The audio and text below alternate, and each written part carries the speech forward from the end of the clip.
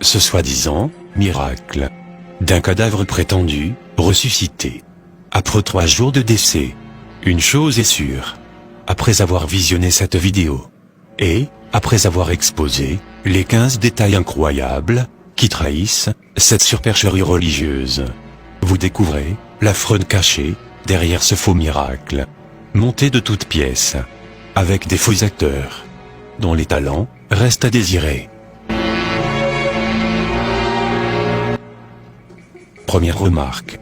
Pourquoi le leader religieux semble faire semblant de ne pas connaître ou reconnaître l'acteur du jour, se jouant les cadavres, en posant même des questions à son sujet. Jesus! What is his name? Jesus! Ashakabosa. Elliot. Hello, Elliot. Elliot. Elliot.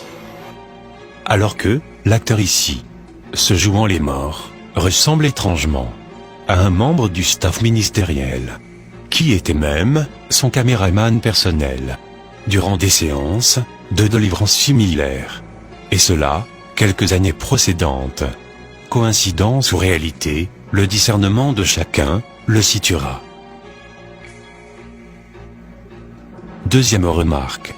Pourquoi parle-t-on de résurrection, tandis que nous voyons très bien l'acteur jouant le rôle du cadavre, en train de respirer, à grosses gorgées, avec de fortes pulsions de la poitrine, en prenant même le soin de remuer sa langue au passage. Troisième remarque.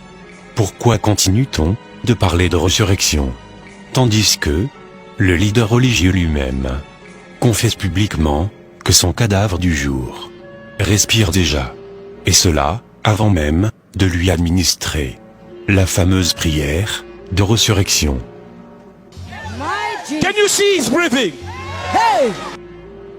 Ou bien, devrions-nous nous en tenir en la version officielle de la modératrice du culte de ce jour, qui indiqua qu'une famille qui était en provenance de la morgue, avec un cadavre de 3 jours, en direction du pays d'origine du défunt, qui est le Zimbabwe, et dont le cortège funéraire fit escale dans l'enceinte du lieu de culte de ce ministère, nommé Alléluia Ministry.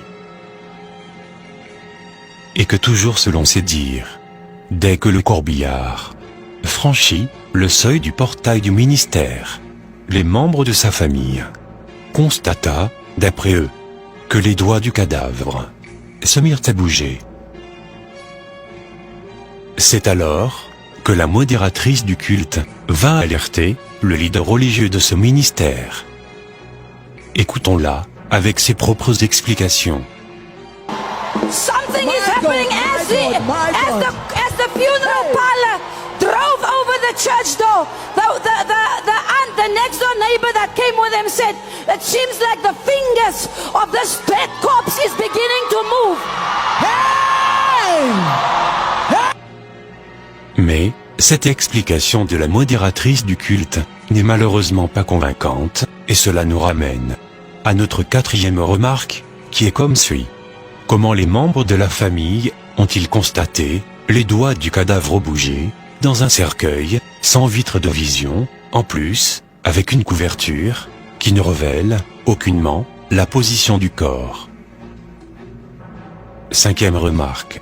Et chose bizarre, pourquoi les membres de la famille endeuillée continuent de maintenir le soi-disant défunt cloîtré dans un cercueil fermé, avec le risque d'étouffement, avec en plus les crochets de sécurité toujours en place, dans l'attente du leader religieux, dont ils n'avaient pourtant aucune certitude qu'il interromprait l'élan du culte, afin de sortir à leur rencontre, alors que les mêmes membres de la famille prétendent avoir vu les doigts du cadavre bouger. Qui d'entre nous garderait son proche frappé par la mort, et en plein début de résurrection, dans un cercueil fermé, et en plus verrouillé, sans avoir la curiosité de l'ouvrir, en vue de faire une vérification, avant l'arrivée sur les lieux, du pasteur. Surtout après le soi-disant mouvement des doigts. Aussi, pourquoi continue-t-on de parler de résurrection avec un mort, dont les doigts bougent à volonté avant même la prière de délivrance? Sixième remarque. Pourquoi les images issues du filmage de cette caméra-ci, et qui est d'ailleurs la seule à faire un gros plan sur le visage du soi-disant cadavre, avant la sortie du corps du corbillard, ne sont pas inclus dans la production finale de la vidéo de témoignage, alors que nous voyons tous bien que cette vidéo est le fruit d'un montage finalisé. Et, en lieu et place, l'on ne sert que des images filmées à distance. Aussi, une autre remarque, tout filmage qui se rapproche du visage du cadavre, en ce moment précis, est automatiquement crispé avec des signaux de brouillage, et cela, par qui? Aucun indice, alors que cet extrait vidéo a été récupéré sur le site officiel de ce ministère, Alléluia Ministry. Septième remarque de taille. Selon la famille du soi-disant cadavre, le corbillard était en train de transférer le corps de l'Afrique du Sud, ou soit de Johannesburg, à Zimbabwe, qui est, au moins, à 10 heures de route.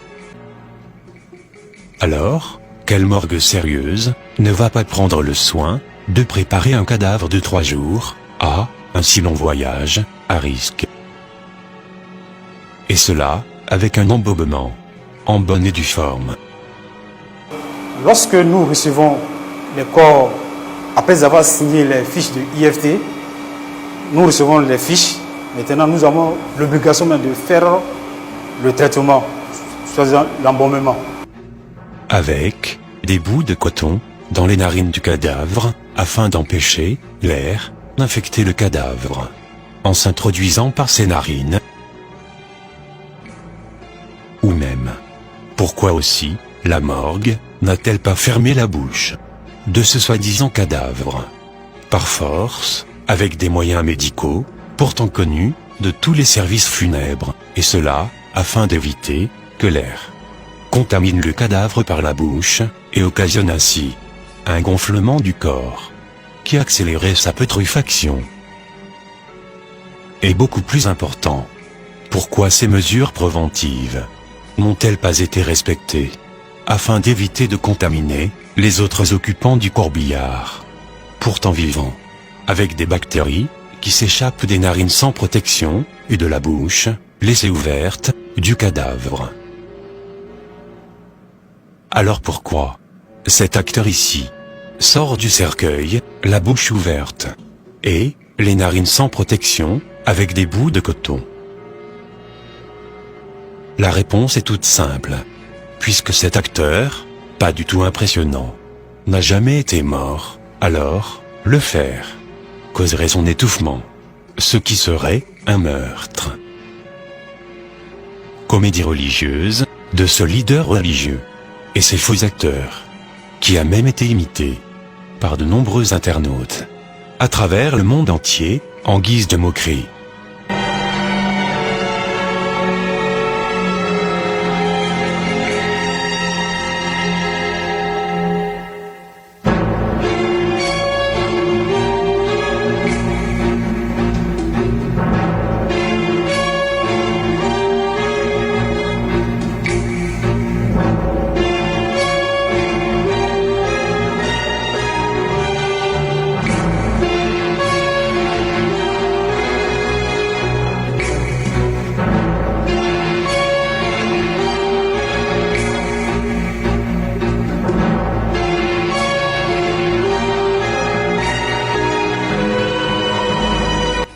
Huitième remarque. Des détails que ces metteurs en scène ont oublié de camoufler durant leur scénario sont les contacts téléphoniques du service funèbre. Kings and Queens Funeral Services. À qui appartient le corbillard loué pour leur théâtre, et dont les responsables ont enfoncé le clou, en faisant les démentis formels suivants sur les médias audiovisuels sud-africains. 1. le soi-disant cadavre n'a jamais été admis dans leur morgue. De deux, ils n'ont aucune trace administrative d'une autre morgue sur l'origine de ce cadavre et des papiers de décès le concernant. De trois, le corbillard de leur service funèbre a été loué par la famille pour soi-disant transporter leur mort. Écoutons-les, s'il vous plaît. Kings and Queens Funeral Services says it did not have the body in its mortuary. The car was hired, and they're explaining the body died on Friday and the only resurrected on Sunday. It would be fine if we have the family with us, also the pastor to explain how did this happen, where did they take the body from, because as kings and queens we didn't have the body in our mortuary. Neuvième remarque. Quel service funèbre, digne de ce nom. Mais un mort dans un cercueil, sans des linges de protection, en bas du corps, afin d'éviter que le fluide, issu du corps, en putréfaction, salisse et contamine l'environnement, en coulant, du cadavre. Dixième remarque. Comment se fait-il que ce cadavre particulier a été habillé, sans que l'on ne déchire ses vêtements, qui sont demeurés intacts, alors qu'en principe, un cadavre de 3 jours, venant de la morgue, sans oublier l'administration du formol, n'est pas souple et facile à habiller, sans au préalable déchirer ses vêtements. Plus étonnant encore est que, même étant dans le cercueil, tous les boutons de sa chemise ne sont pas mis comme d'accoutumé, comme si l'on avait prémédité lui faciliter sa respiration. Onzième remarque. Quel cadavre de 3 jours pourrait avoir une peau aussi régénérée, plus que même certains vivants, et en plus, une coiffure aussi fraîche, malgré l'arrêt cardiaque et malgré l'arrêt de la circulation du sang. Douzième remarque. Regardons bien la position des mains du leader religieux à la hanche du cadavre, en pleine respiration, comme pour aider le ressuscité à se lever du cercueil de façon spectaculaire, comme lors des séances d'exercices musculaires d'abdos. 13e remarque. Quelle personne sensée laisserait un bien-aimé qui vient de ressusciter manger dans ses habits de cadavre, sans même lui retirer au moins ses gants de mort? Les membres de cette assemblée ont pris le soin de mettre le cercueil vide, à l'écart, bien à côté des fauteuils roulants, bizarrement presque tous similaires, récoltés en cette seule journée de culte, et devant lesquels le leader religieux se positionne fièrement, afin de montrer sa recette de la journée. Mais, les mêmes membres de cette assemblée n'ont pas eu l'esprit de débarrasser le ressuscité de ses déguisements funèbres, jusqu'aux gants funèbres, alors que ce dernier est pourtant en train de manger, afin d'éviter des risques d'infection bactérienne. Même dans le cas de la résurrection de notre bien-aimé, Lazare, comme décrit en Jean, chapitre 11, verset 44, notre Seigneur Jésus-Christ a demandé que l'on délie Lazare, fraîchement ressuscité, de ses habits funèbres, avant toute chose. 14e remarque. Quel membre de famille qui, après avoir perdu un être cher, durant 3 jours de séparation, et qui, après sa résurrection, montre si peu d'émotion? Examinons ensemble les larmes presque inexistantes du propriétaire de maison du ressuscité.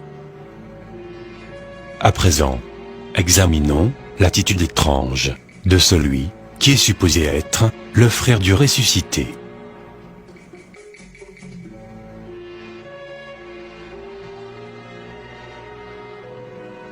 Et plus choquant, constatons ensemble la réaction fade de cette femme, qui est supposée être l'épouse du ressuscité, et cela, malgré 3 jours de séparation d'avec son mari, à cause de la mort. La soi-disant épouse semble être distante du ressuscité. 15e remarque. Le soi-disant ressuscité semble ne pas reconnaître les humains qu'ils regardent désormais, étrangement, comme des extraterrestres. Il semble ne plus reconnaître sa propre femme et ne lui donne aucune attention. Mais cependant, le ressuscité se rappelle, subitement, de son nom. What is your name?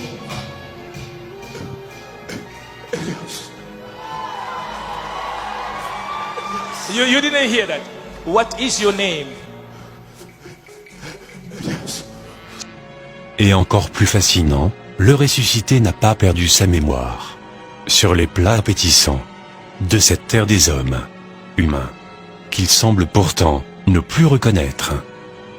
Le ressuscité se souvient même de comment mélanger les différents ingrédients dans son assiette afin de savourer un bon goût au finish.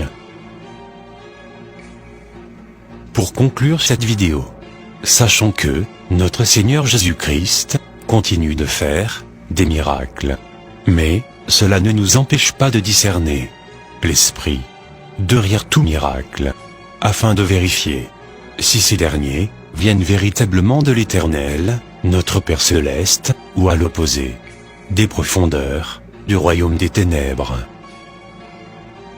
Car selon 1 Jean, chapitre 4, verset 1, la Bible nous donne ce conseil solennel, en ces termes, et je cite, « Bien-aimés, n'ajoutez pas foi à tout esprit, mais éprouvez les esprits, pour savoir s'ils sont de Dieu. Car plusieurs faux prophètes sont venus dans le monde. » C'était ton serviteur, et le serviteur de notre Seigneur et Sauveur, Jésus-Christ de Nazareth, Yedidia, Marius, Israël.